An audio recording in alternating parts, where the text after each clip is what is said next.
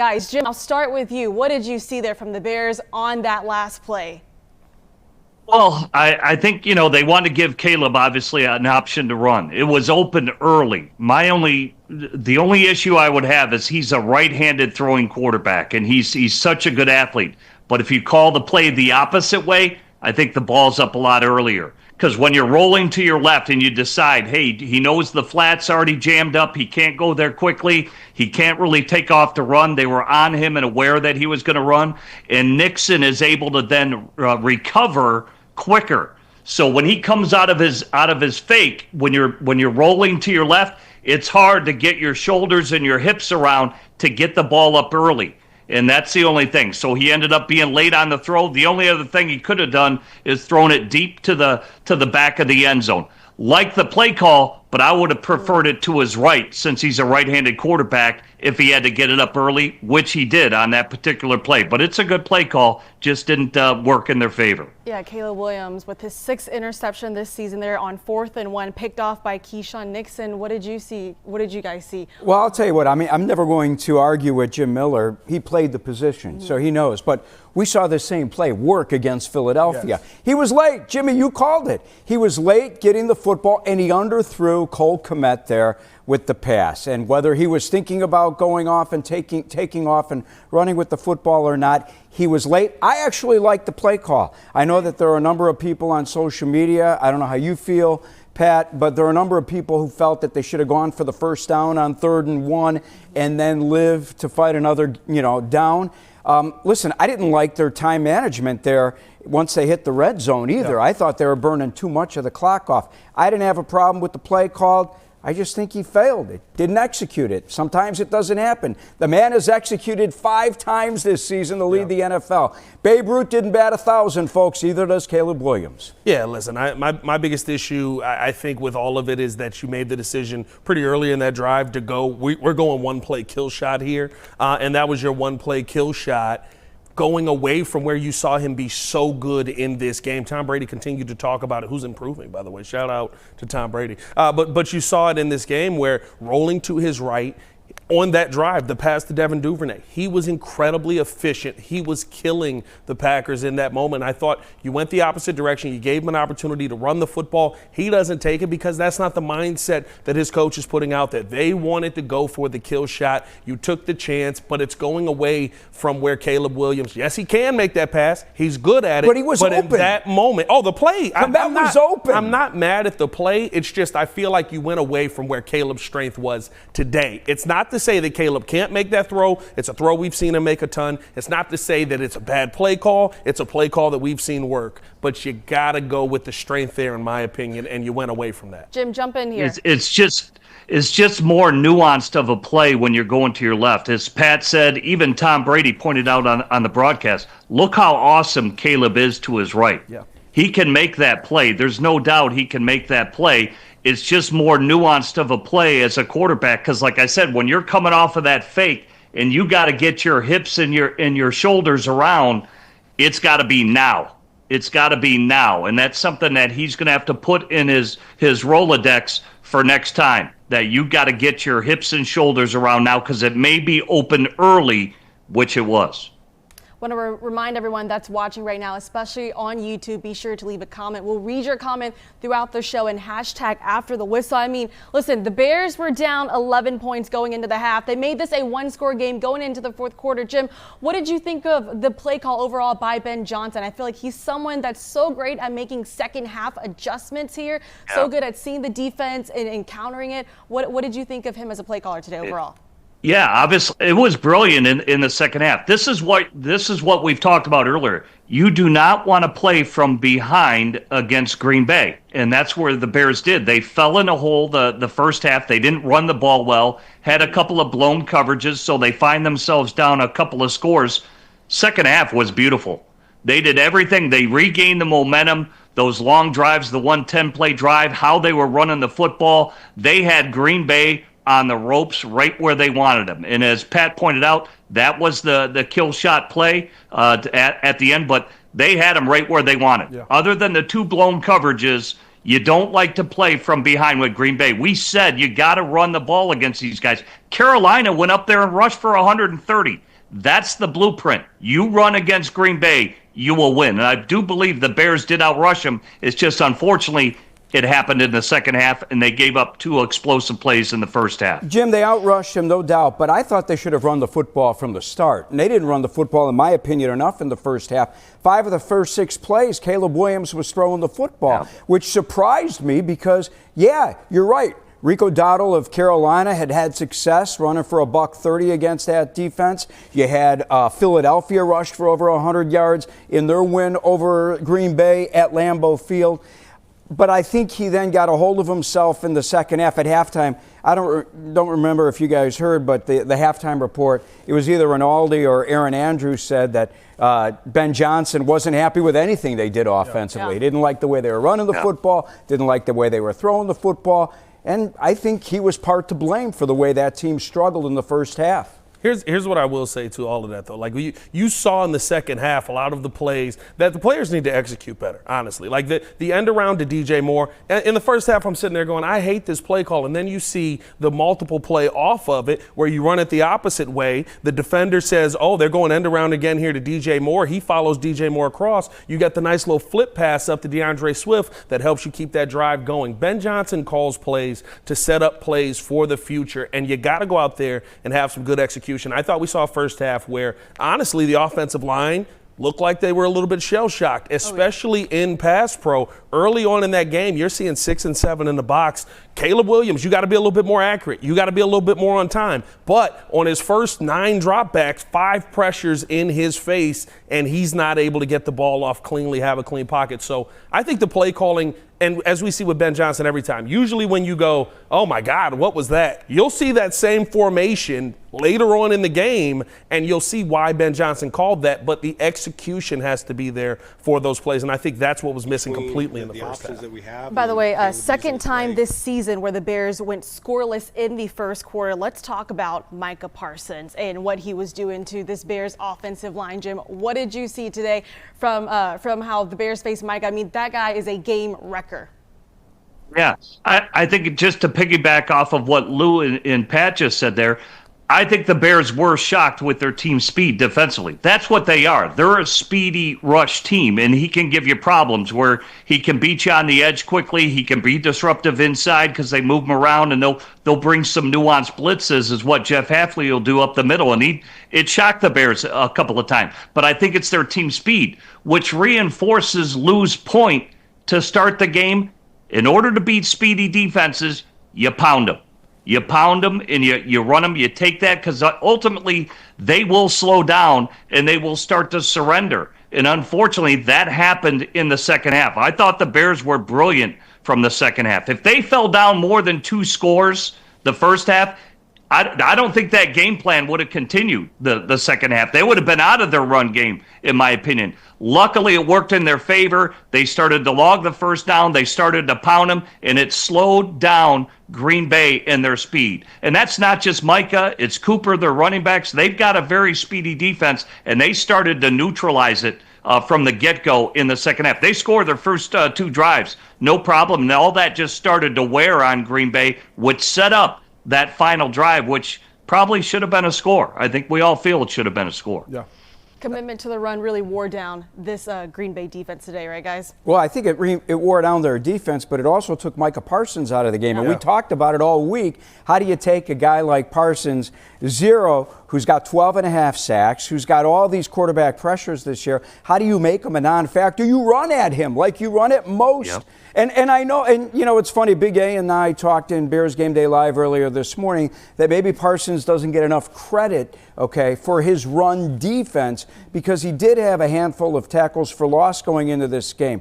But you saw when the Bears were running at him, you were lathering up that offensive line. They were gaining confidence. They wanted to keep running the football. Suddenly, you were running downhill against this Green Bay defense, which you needed to do from the start. So as the game wore on, late in the second half, I felt far more comfortable with the way the Bears were executing offensively, and I felt like Caleb Williams felt more comfortable in taking chance plays like he did at the very end there. And the one thing I'll say about what we saw out of how the Bears attacked Micah in the second half that I think is an entire game process. I spoke with Nguyen on the Chicago Bears podcast this week, Low Eye on the Enemy episode, and he said, if I was going to run at Micah, you send somebody at him every play, and you chip him, and you hit him, and you light those ribs up just a little bit. It don't have to be egregious, but enough to let you know the entire game I'm there. You saw at the end of that game, those last 2 drives, and even kind of down the stretch there on that final play, Micah was gassed. Now, is he a phenomenal player that can go out there and say, I got to dig a little bit deeper on this last play and create a pressure? 100%. And I think that's what you saw. But you saw a second half where Micah Parsons, Rashawn Gary, guys like that were kind of taken out of the game because of how this Bears team attacked. And I'll be honest with you, like, it gives you, not to say that you're not upset at the loss. I think you, of course, if that play hits, you win this game or you tie this game, you're going to OT.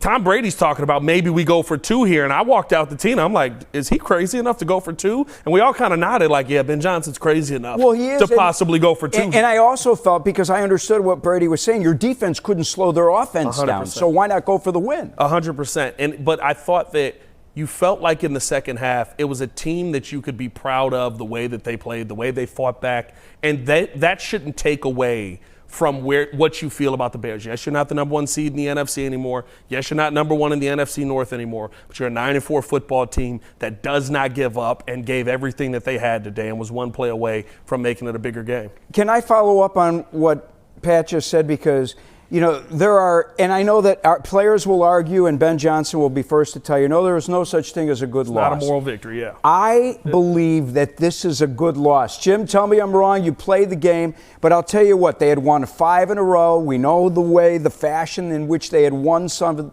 of these games. 4 games left on the schedule. Man, there's nothing better than reconnecting with your players, a coach and his players, after a tough loss where you walk out of Lambeau and you're like, damn it, we should have won that game. It was there for us to win. We got 4 games left, and man, we need to win on December 20th. I feel like the Bears played hard in that second half. They showed that they belonged at Lambeau Field, and they're going to come back home to play the Browns and Myles Garrett next week, another great pass rusher. We have seen that this Bears offensive line can handle the best pass rushes in football. Yeah. Minnesota, J.J. Watt, Micah Parsons, I don't want to hear it anymore. The Giants' defensive line. The Bears can handle Myles Garrett as well. And then you've got the Packers again on December 20th for all the marbles. I know you still got San Fran and Detroit to wrap up the season. I think that this win, I think it was Ben Johnson, maybe it was Dennis Allen, but one of the coaches a couple of weeks ago said, when you lose, you get their attention even more. Yeah. You agree, Jim? Yeah, because I think they know they missed. They made a couple of plays where it cost them the game. The 2 blown coverages, and obviously you look at that last play and how they couldn't execute. They can just execute better. I don't think the Bears doubt at all that they can go into any stadium on the road and compete with any team in the National Football League. They have already done that. All right, that bridge has already been crossed. They went into Philadelphia, a standalone game in prime time, and the whole country saw what they could do. So I don't think confidence is an issue. I think where they're upset at themselves is for what you just said. You had a couple of blown coverages that got to be cleaned up in the first half, and you've got that last play when the game's on the line. Gotta have it. Hey, man, I got to come through for my team. I got to make a play, but their confidence, they're feeling high, and they know they can beat anybody on any day. Yeah, well, the Bears, by the way, we'll see the Packers once again on December 20th. We need to take our first time out here on After the Whistle. Coming up next, by the way, we still haven't talked about this Bears defense yet. We got to talk about that. We're going to give you who is our dog of the day. Then you'll hear from Bears head coach Ben Johnson as well. Stay with us.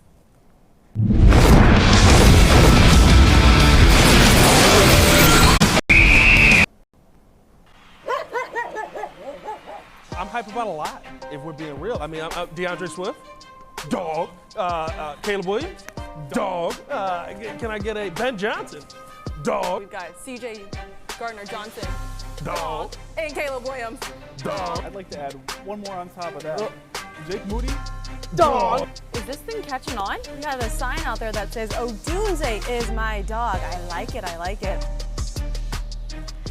All right, back here on After the Whistle, Tina Nguyen, Luke Canellis, Pat the designer, and former Bears QB Jim Miller here with you. Bears see their 5-game win streak coming to an end. They fall to the Packers 28-21. Jim, I'll start with you.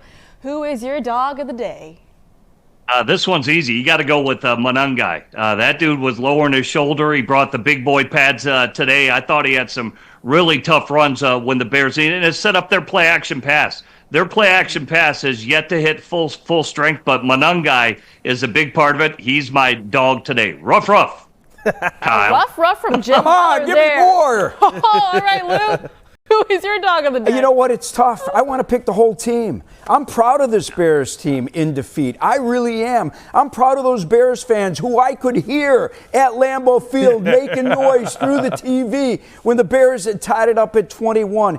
You know, I'm looking at guys on defense, and I felt that the defense struggled. But don't forget, this is a defense, guys, that learned just before kickoff that Kyler Gordon wasn't playing. He injured his groin during the pregame warm-up. So suddenly your secondary, everyone's been working together. Now it shifts. C.J. Gardner-Johnson was so tough to start the football game, finished up leading the Bears with 10 tackles. I'm going to go running back. If you're going to force me to pick one guy, I'll go running back, and I'm not going Manungai. I'm going DeAndre Swift. I thought he fought hard between the tackles. All right, he made things happen. I think I saw 1 or 2 zone runs, but for the most part, it was up the middle trying to run downhill. I'm going with Swift. You know what? I'm gonna go. No barking from Luke Canellis. No barking from Lou. No barking. There you go. Losing older dog. You know, they ring the doorbell. Come on, man. They come up to the door a little later. I'm working up a lather. They give you one good oof, and then they're like, all right, that's enough. All right, no. Listen, I'm gonna go with Caleb Williams. I feel like I know the interception happens. I thought that there was a lot that could have happened before that play that puts you in a better position. But you know what? In a second half where we haven't said this very often, we were down 14-3, and Caleb Williams led you down the field multiple times through some beautiful footballs. I mean, that one that gets in there to Luther Burden, I mean, like just in the end zone. By the way, Burden led this team with 4 receptions in the game. Stepped up in a massive way in replace of Roma Dunze. Like, to me, like, I think that you look at that and you say in the second half, not only did you have a quarterback that came to play and kind of brought his team back, but that led this team and was the identity of this team in the second half. While the run game was still there, Caleb Williams was getting the job done. So Caleb Williams for me going to be my dog here. All right, there you have it. All right, want to remind everyone that's watching, especially on YouTube, keep your comments coming. We'll read them throughout the show. Let's, guys, talk about this Bears defense. Is this the best quarterback this Dennis Allis defense has faced so far this season, Jim? No, I don't think so. I don't think Jordan Love is a finished product yet. I will say this about Green Bay. That was probably the best third down offense the Bears have faced. Like going into the season, I think even from week 5 up to week 5 to week 7, they were like 4th or 3rd in third down conversions. And today they were pretty good in third down conversions as well. Green Bay was. Bears kind of throttled them in the second half. But no, Jordan Love to me is not the best quarterback. He's not a finished product yet, but he had a fine game today. Yeah, he had a really good game, Jim, and I'll add this, man. This guy's playing his best football, always does in the months of November and December. Sometimes makes it look so easy. And when you don't put pressure on him and you give him the ability to sit back there, he's such an accurate passer. That's what worries me most about Jordan Love. You give him time, and he's got 5-6 targets. Man, we talked about it on Bears Blitz with Big A and Cassie. You run down the wide receivers, and that wide receiver core of Green Bay's is getting healthy. Christian Watson may be, if he's not the best wide out in the NFC North right now, 6'4", runs like a deer, got past the secondary in that game.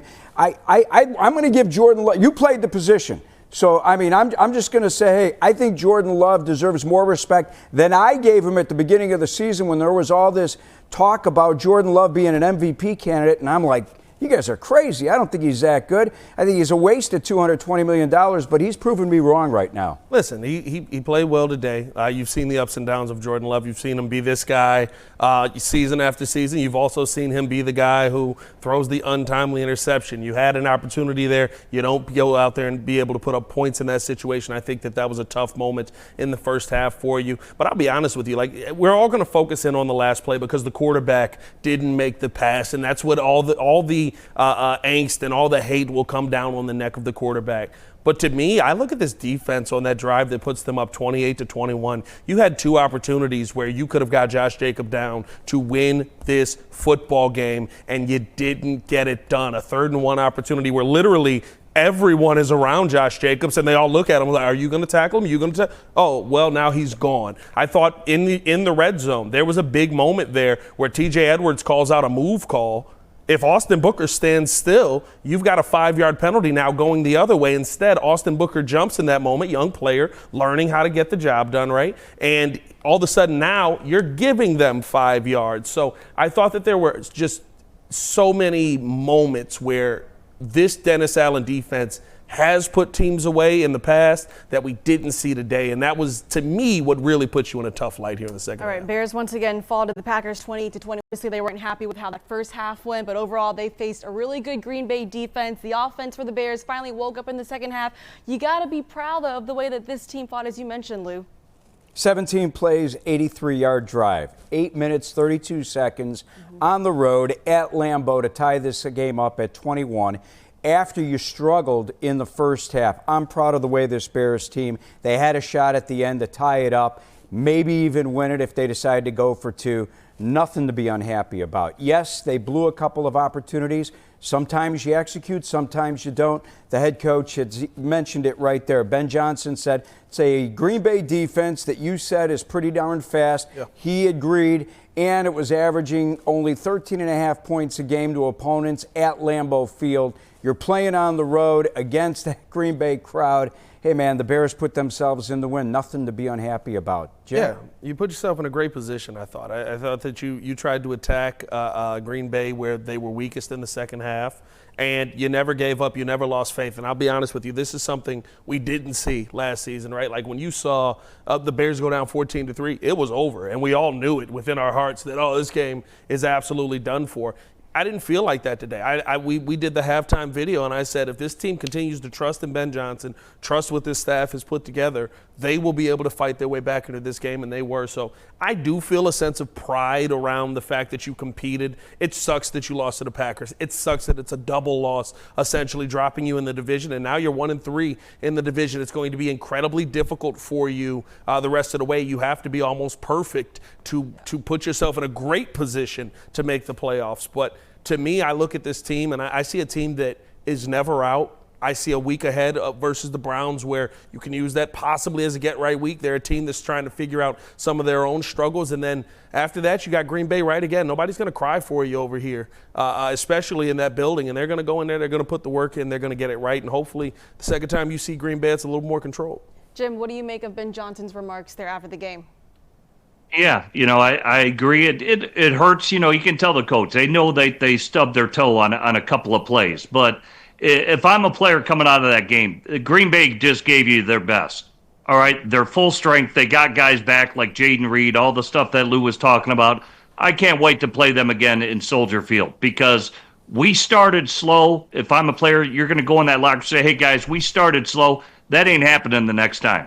We know their speed. We felt their speed, and we took care of it the second half and settled the score. But now we got to do it from the get-go. I think the Bears will be fine the rest of the way out through the season. This team is peaking at the right time, in my opinion. Defensively, they got to shore a couple things up. There's no doubt about that. They got to shore a couple things up. Ben Johnson has said before that he wants this team playing their best football in the month of December. And by the way, yes, it is December, right? Yeah. Bears back at home next Sunday. They'll take on the Browns. And then once again facing the Packers on December 20th there. And then you've got the 49ers and Lions to finish up the regular season. But what is your level of optimism as you look at the road ahead here for this team? I have great optimism that they're going to run the table. I'm going to call it right now. They're going to go 4-0. They're going to finish out this season. I think that Ben Johnson and his coaching staff, you've got a guy who was a head coach twice in this league, in Dennis Allen, who knows what it's like to get his players prepared. We've been talking about Al Harris. We've been talking about a guy like linebackers coach Richard Smith, who's been around the league more than any other assistant coach in football. He's been in this position. I think the Bears coaches will give their players the best chance to win. You look at the schedule, yeah, it's tough. They've got an easy one. I hate to call it easy when you're going up against Myles Garrett, but you've got the Browns and then the Packers back here. San Fran's fighting with Seattle and the Rams right now. And then you finish up with a good team like the Lions in the last game of the season that's on life support right now. But the Packers don't have it easy either, guys. No. They've got 4 teams over 500 still left on their schedule, which includes Minnesota that came back and whipped Washington's ass today. Yeah, listen, for me, I'm confident in where the team is at. I don't know if I'm calling 4-0 just yet, but I do think that you can feel confident that, Jim said it, they gave you their best shot today. And this Packers team is a team that people have talked about as a Super Bowl contender this season. And you were supposed to be just kind of figuring out your offense at this point and kind of starting to put games together. Now you're 9-4 in this division. You've got a couple of divisional games left that could put you in a great position to finish this season off. I don't know if I'm going to go 4-0, but I will say I do feel confident that the Bears have the better situation going into both of these divisional games. Jim, jump in here. You agreeing with Lou? Bears going 4-0? I think they've got an opportunity to do that because they're still an ascending team. They have not played their best football. They're playing good football, but they have not played their best football overall. So, yeah, I think they've got an opportunity. The Browns have a great defense. If I'm the Bears offense, playing the Browns this week is going to be a good test for pass pro, things like that, and just their passing attack overall, just straight drop-back passing. Their play-action pass game's getting there, but their straight drop-back game has yet to be unleashed. They still have a lot of good football left to be out there for teams to game plan against. So, yeah, I do think they have the opportunity to do that. I think that highly of how disciplined and how well they're playing right now. Jim, the Bears are going to see the Packers again on December 20th. What's the level of difficulty of facing this team in such a short period of time? Hey, bring it on. They showed you their cards. I mean, Dennis Allen, like those 2 big plays, Green Bay went a lot of no huddle today because they didn't want Dennis Allen to line up in the multiple looks he allows or he normally does every single week. So the Bears are going to be prepared for some things that Green Bay showed their hand. And if I'm a player, I'd be salivating because I would walk away from this game saying the better team lost today and that we're going to make up for it the next time. That's not happening again. I want to jump in because I agree with Jim. I think that the Bears were the better team in this football game in the second half. Yeah. I think they took the Packers' best shot in this football game and will be better for it on December 20th. Yeah, listen, that's the hope. And I think the one thing that I love about divisional play, I know everything about you, you know everything about me, who's going to be more physical. Today in the first half, the Packers were the more physical team. In the second half, I thought the Bears showed that they were the more physical team. I would almost guarantee you going into this next game in Chicago at Soldier Field, Bears fans packing that place out, Chicago Bears are probably going to be the more physical team, and to me, that's what it's going to come down to. You know both teams are going to be very excited for that game once again. And, of course, that's going to be right here at Soldier Field in Chicago. All right, guys, that will do us here on After the Whistle. Tina Nguyen, Lou Canellis, Pat the Designer, and Jim Miller. Thank you, everyone, that's joining us on our social and digital platforms. And a reminder, we'll see you here next Sunday when the Bears are back at home to face Myles Garrett and the Cleveland Browns.